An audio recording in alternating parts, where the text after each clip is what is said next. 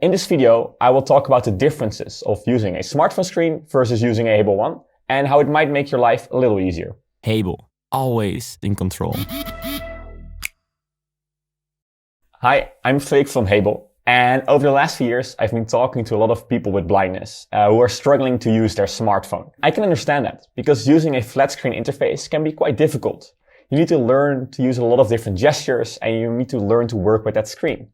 Now, at Hable, we believe that can be a lot easier, and that's why we developed the Hable One.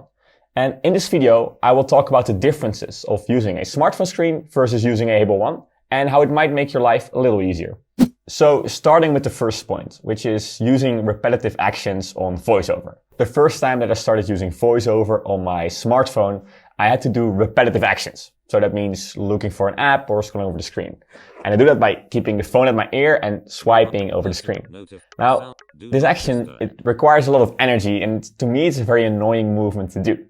Now, if I would compare that to how we do it on the Hable One, it's quite different. So on the Hable One, I would actually press one button and just keep pressing the opposing button. And using this repetitive action gives me a lot more joy and a lot more satisfaction when using my phone. Let's dive into the second thing, which is gestures. Gestures are super important to use your phone because you can quickly navigate through your phone. However, it's quite difficult. So the first time I was using this, you need to do like 3-finger swiping, 4-finger, or even 5-finger swiping, which is quite hard to remember and hard to do on a small smartphone screen. Now, when you would use the Hable One, we make it a lot simpler. So what we like to do is we just put it on a simple button. So for example, if I long press the N, I would go to notifications. If I long press the H, I would go to home screen. And this makes it easier for me to remember and also much faster to use. Now, I am someone that has a lot of mistakes when typing. I type long sentences and in the end I have to edit everything.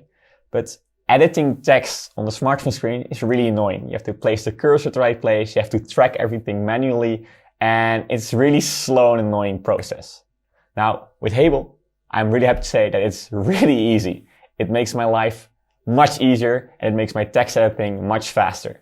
You might also be struggling with working with your smartphone, and that is understandable because most people really do. It is a really hard challenge to work with your smartphone. Now, my advice to you would be try different methods and try what works for you and what makes you happy. It doesn't matter which method you try, as long as it's something that works for you. I hope you like this video, and do let us know what method works best for you. Also, liking and subscribing helps because you can see more of this content.